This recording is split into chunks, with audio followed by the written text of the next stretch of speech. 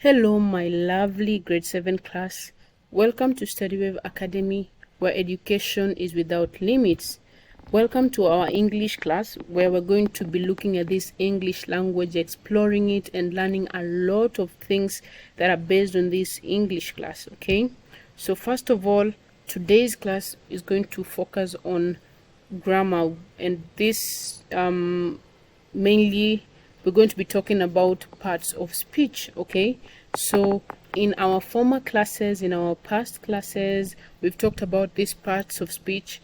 We've generally talked about what they are, explained some of these parts of speech, and I believe that right now you have like a clear picture, or maybe just a picture of what part of speech are, okay? So these parts of speech is what we're going to be discussing today in depth, and today's focus we're going to be talking about nouns, okay? But before I begin, I love to always do a recap where we just remind ourselves what we've learned in the past, so that it can be easy for us to learn and continue adjusting and trying to remember what we've learned from our past classes. And through this, our classes will be easier to understand and easier to even make conclusions and even talk about parts of speeches, okay, or parts of speech, okay? So now let's just remind ourselves what part of speech is. What is a part of speech, or what are parts of speech? So let us just remind ourselves what these are and some example of these parts of speech and what they are, and then we'll now go into details to what we're going to be discussing today.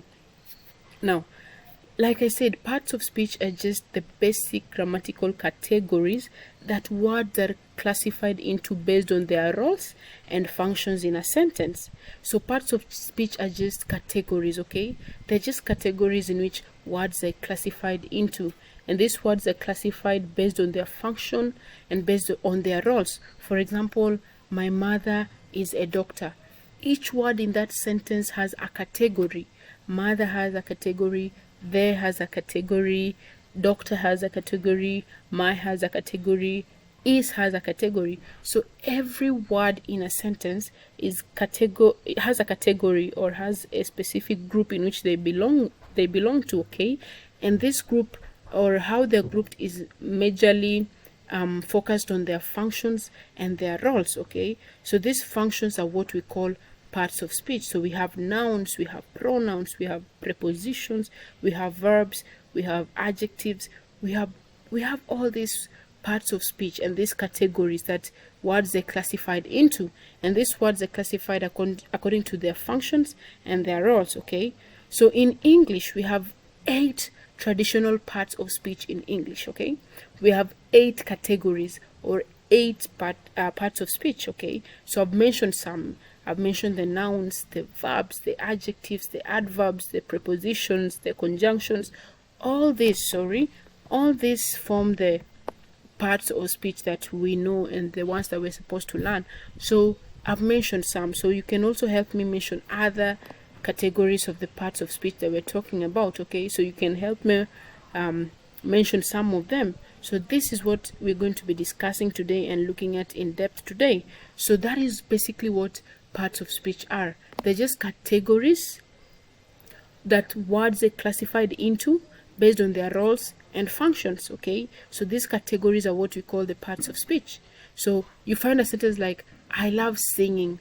That sentence is made up of words, okay? So we said sentences are made up of words, and words are made up of letters, okay? So these words that form this sentence have specific categories in where they belong to, okay? So these categories are based on their functions and their roles. So you find some words are nouns, some words are naming words, so those are the nouns. Some words are doing words, so those are the verbs, okay? Some words describe these nouns, these are the adjectives. So we'll be looking at all of this. Don't worry, it's very simple, and we're just trying to remind ourselves what we've done in the past. So that is what a part of speech is. Now let's continue and look at these parts of speech in depth. So I've told you what they are, and now let's look at the examples of these parts of speech. So like I mentioned, I said we have nouns, we have pronouns. So let's just discuss just an overview of what these categories are. So the first one is nouns. So when you talk about nouns, these nouns, what is a noun? A noun is just a word that represents a person, a place, a thing, or an idea. For example, dog, city, love. So what I'm trying to say about noun, a noun is a naming word. It represents a person, an idea, an animal, a place. Anything that is a naming word is a noun. So even your name, maybe you're called James, maybe you're called Mary. Your name, you yourself, you are a noun, okay? So nouns are basically just words that represent a person, a place, a country, an idea, anything, okay? So the main thing that we have to know about nouns is that nouns are naming words, and we have examples. They're like a dog, a city, and love even. So we have these types of nouns, okay? The next category is what we call the pronoun. So what is a pronoun? Pronouns are words that are used to replace these nouns, okay, to avoid repetition. So for example, you have a sentence like Mary loves singing, Mary went to the beach, Mary is a nice girl, Mary is tall. Do you notice that I'm repeating the word Mary or this name Mary a couple of times in my sentence, and it makes it not look good? For example, if you're telling someone a story and you keep repeating the same word, it becomes boring and becomes your sentence is just not grammatically correct. Even if it is correctly, the sentences are correctly spoken out or correctly written, you find that repetition makes it boring, okay? The sentence doesn't sound well when you keep repeating a noun over and over again. Mary is a beautiful girl, Mary loves singing, Mary is tall. You see, there's repetition that makes my sentence just look obvious and just look bad, okay? But now we have this category known as the pronoun. Now the pronoun comes in to replace these nouns to avoid repetition. So instead of saying Mary, Mary, Mary each and every time, you'll be like, Mary is a tall girl, she loves playing, she loves singing, she is this and this. So you find the she here, this pronoun she replaces Mary, okay? So if you're talking about maybe James and you don't want to repeat the name James or this boy named James every time, you will use the pronoun he. He has done this, he has done this, he went to this, he loves this, okay? So you just avoid repetition of the name. So we have examples of pronouns. We have he, we have she, we have it, we have they. So these are pronouns that replace nouns, okay? So for example, if you say the people went to town today, the people sang, the people went to church, instead of repeating the people, now you'll use this pronoun or it to show plural, okay? So you talk about they went to church. Okay, you'll start a sentence like the people of this town are nice, they love going to church, they also enjoy singing. You see, you avoid repeating a noun several times and making your sentence look just bad, okay? So when we will be discussing pronouns in a later class, we will look at categories of these pronouns, the ones that show plural, the ones that are singular in nature, okay? So but our focus is just to introduce you to these examples of these categories. The next category we have verbs, okay?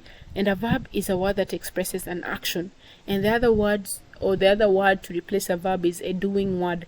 A verb is a doing word, or a verb is just a word that expresses an action. So for example, run, eat, an occurrence like happen, become, a state of being like is, seem. So these verbs are also categorized in different other smaller groups. We have action verbs, we have helping verbs, okay? So these are also types of verbs, and also in a later class we will talk about these categories and even get to learn these verbs and the different types of verbs we have. But just now, for now, just to know that verbs are just doing words. They express actions. So like for example, in my other sentence I said Mary loves singing. So singing is the action here. What does Mary love to do? Singing. So you find singing becomes our verb here, okay? So verbs are just doing words. The next category are the adjectives or the adjective.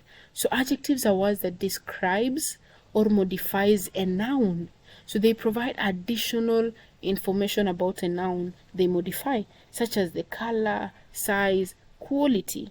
For example, we have adjectives like red, large, beautiful.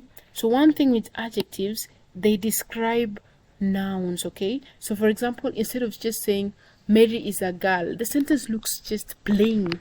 Mary is a girl. You will include an adjective to give us more information about this Mary. So you'll say Mary is a young, beautiful girl. Look at those two sentences. The first sentence you have Mary is a girl. Then the next sentence you have Mary is a young, beautiful girl. So you notice in the second sentence there's an additional information about Mary. She is young and she's beautiful. But the first one is just plain. So one thing you notice about adjectives, they are describing words. They describe or modify the noun. They give us more information about this noun. So they can talk about a noun in terms of their age, in terms of the color, in terms of the size, in terms of the quality. For example, the blue dress looks nice. So you find our noun here is the dress, right? The noun is the naming word. What are we talking about? The subject in the sentence. What are we talking about in this sentence? The dress. But an adjective will be describing, giving us a more description about this noun. So the adjective here is blue. So it will be something like the blue dress is beautiful. So you find that the blue here describes the color of this dress, or maybe the blue small dress or the blue tiny dress, that is describing the size, or the blue expensive dress. Expensive here is describing the quality of this dress.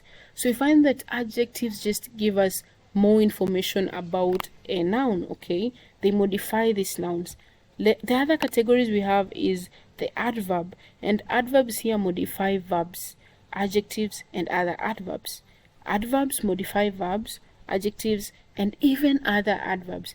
They provide information about how, where, or to what degree something is done. For example, she is running or Mary ran. So the verb here or the doing word here is running, okay?